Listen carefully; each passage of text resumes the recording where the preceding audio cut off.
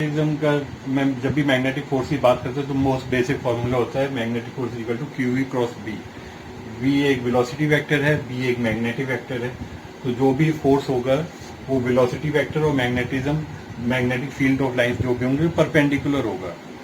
अब हमने circular motion में पढ़ा था जब भी वेलोसिटी के परपेंडिकुलर फोर्स अप्लाई करेंगे तो वो पार्टिकल सर्कुलर मोशन में घूमता है, सर्कल्स में घूमता है। इसी तरह हम कह सकते हैं कि सिंस वेलोसिटी के परपेंडिकुलर लगेगा फोर्स, इसीलिए जब भी कोई पार्टिकल मूव कर रहा है मैग्नेटिक फील्ड में तो वो सर्कुलर मोशन एग्जिबिट करेगा। ठीक है। अब जब भी हम इस तरह की प्रॉब्लम सॉल्व करें तो इजी रहता है कि आप मैग्नीट्यूड अलग से निकाल लो और डायरेक्शन उसके बाद अलग से निकाल लो, अनटिल अनलेस वेक्टर गिवन है। जैसे वेक्टर वेलोसिटी का vector 2i + 3j + 4kj given है, बी का भी कोई वेक्टर गिवन है। जब तक वो स्पेसिफिकली वेक्टर गिवन है तब तो फिर वेक्टर में सीधा क्रॉस प्रोडक्ट करो या कुछ भी करो, नहीं तो इजी रहता है कि हम मैग्नेटिक फील्ड जो भी वैल्यूज है उससे मैग्नीट्यूड निकाल लें और डायरेक्शन फिर अपने आप बाद में अलग से निकाल लें। ठीक है। अब मैग्नेटिक फील्ड की बात अब करते हैं। जब भी इस तरह का डॉट होगा इसका मतलब magnetic field is upward towards you.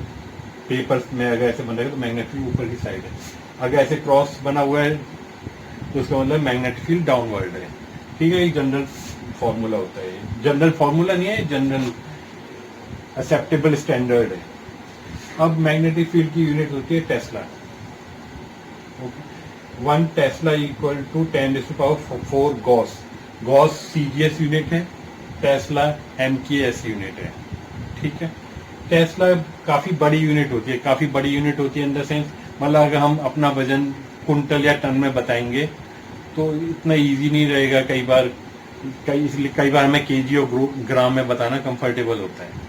For example जो ये बहुत स्ट्रॉन्ग मैग्नेटिक फील्ड्स बहुत स्ट्रॉन्ग मैग्नेट्स होती हैं, जैसे क्रेन्स में मैग्नेटिक फील्ड यूज होती है, मैग्नेट्स यूज होती हैं, एमआरआई मशीन में मैग्नेट यूज होती है, उनकी भी मैग्नेटिक पावर जो होती है वो 1 टेस्ला 2 टेस्ला 3 टेस्ला 4 टेस्ला इससे ज्यादा बहुत कम केसेस में होता है। तो इसीलिए हम गॉस यूज करते हैं कई बार। तो 1 tesla equal to 10⁴ gauss. Gauss is a CGS unit. ठीक है। अब हम ये बात करते हैं बायोट-सैवर्ट लॉ की। बायोट-सैवर्ट लॉ एक फंडामेंटल बेसिक लॉ है मैग्नेटिज्म का। इसका मतलब ये होता है कि अगर कोई वायर है जिस स्मॉल लेंथ डीएल और उसमें करंट आई फ्लो हो रहा है, ऐसे ये कोई एलिमेंट रखा हुआ है डीएल, इसमें से करंट फ्लो हो रहा है आई, ये डिस्टेंस आर, फॉर एग्जांपल ये 2 मीटर है, आई इसमें 1 मिली एम्पियर है, डीएल 1 सेंटीमीटर है। तो यहाँ पर मैग्नेटिक फील्ड क्या होगी, μ0/4π into I is 1 milli ampere into DL is 1 centimetre. इन सबको यूनिट्स में चेंज करना पड़ेगा, मिली की जगह 10⁻³ डालना पड़ेगा, सेंटीमीटर को मीटर में लेना पड़ेगा। ठीक है। Into R is 2 metre divided by r³ 2⁻3। तो यहाँ पर जो मैग्नेटिक फील्ड है due to small element DL वो हमें ऐसे पता चल जाएगा। अब जैसे हम ये निकालते हैं magnetic field due to infinite wire, magnetic field due to circle, तो सब इसी फॉर्मूले से निकालते हैं। इस फॉर्मूले को हम इंटीग्रेट करते हैं, जो कॉमन आउटपुट होता है magnetic field due to circle या ड्यू टू इनफाइनाइट वायर या due to semi infinite wire या ड्यू टू सॉलिडॉइड, वो हमें याद रखना चाहिए। ठीक है। अब जैसे हम यहाँ पे यूज कर रहे हैं क्यूवी क्रॉस बी की जगह हम यहाँ पर आइडियल क्रॉस बी भी यूज कर सकते हैं, क्योंकि ये और ये दोनों सेम चीज होती है। कैसे, आइडियल इज इक्वल टू आई मतलब q/dt, dl तो dl है और dl/dt क्या हो जाएगा v qv। तो कई बार प्रॉब्लम में क्या होता है q और v गिवन होता है, तो हमें ये इजी है कैलकुलेट करना, इससे इजी है कैलकुलेट करना। कई बार आइडियल फॉर्म में गिवन होता है तो हमें ये ज्यादा इजी लगता है। ठीक है। अब जैसे हम इस प्रॉब्लम को यहाँ पर कैलकुलेट करते हैं, प्रॉब्लम इसमें क्या है, सेंटर पर एक रॉड बांध रखे, यहाँ पर चार्ज क्यू लटका रखा है और मैग्नेटिक फील्ड पूछे सेंटर पर। इसे आप कैसे करोगे, इसे इसी फॉर्मूले से भी कर सकते हैं। B P is equal to mu naught upon 4 pi Q we,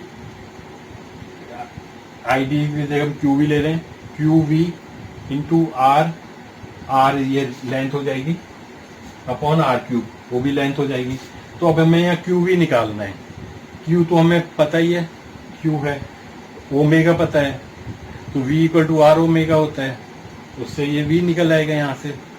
तो इस तरह से magnetic field at centre P, जब चार्ज ओमेगा से घूम रहा है, रॉड से बंधा हुआ है।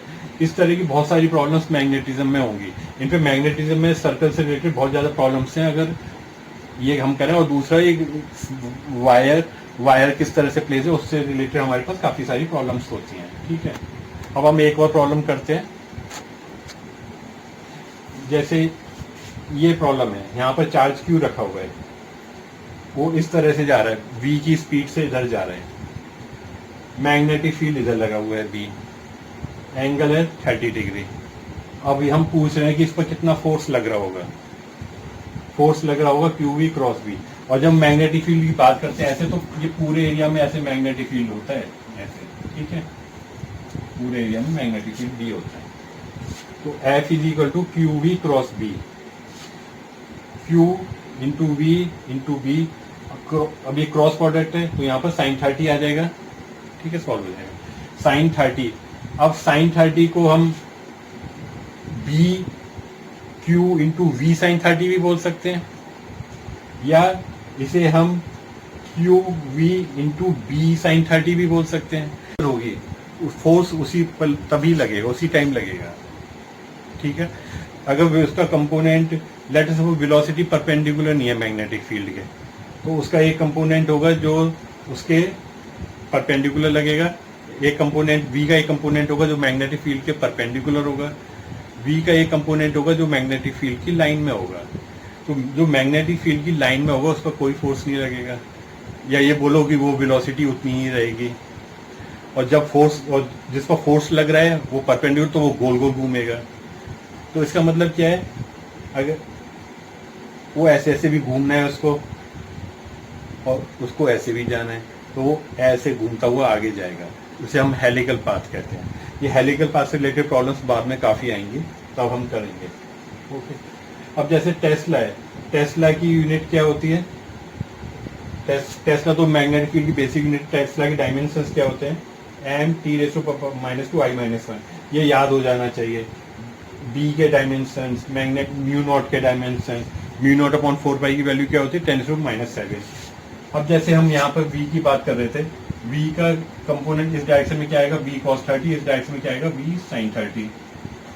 ठीक है, तो इस वाले कंपोनेंट पर फोर्स लगेगा, इस पर फोर्स नहीं लगेगा। अब जैसे ये प्रॉब्लम होती है अगर कि वेलोसिटी v इधर है, bv इधर है, इसमें केस में क्या फोर्स लगेगा? इस केस में कोई फोर्स नहीं लगेगा क्योंकि एंगल इनके बीच में 0 है, क्रॉस प्रोडक्ट 0 आ जाएगा। तो जब भी हम मैग्नेटिक फील्ड की बात करते हैं, हमारे पास स्टार्टिंग में मैग्नेटिक मेन प्रॉब्लम क्या होती है? या तो मैग्नेटिक फील्ड निकालनी होगी, उसके लिए ये बेसिक फार्मूला होता है बायोट-सैवर्ट लॉ का, और या उसके ऊपर फोर्स निकालना पड़ेगा जो क्यू बी क्रॉस बी या आइडियल क्रॉस बी से हम निकाल सकते हैं। इसमें अगर आपको वेक्टर्स की अच्छी नॉलेज है तो कई बार कई सारी प्रॉब्लम्स होती हैं जिनमें वेक्टर से हम इजीली प्रॉब्लम सॉल्व कर सकते हैं। ठीक है, अभी हम बाद में अभी थोड़ी और प्रॉब्लम सॉल्व करेंगे बाद में। ओके।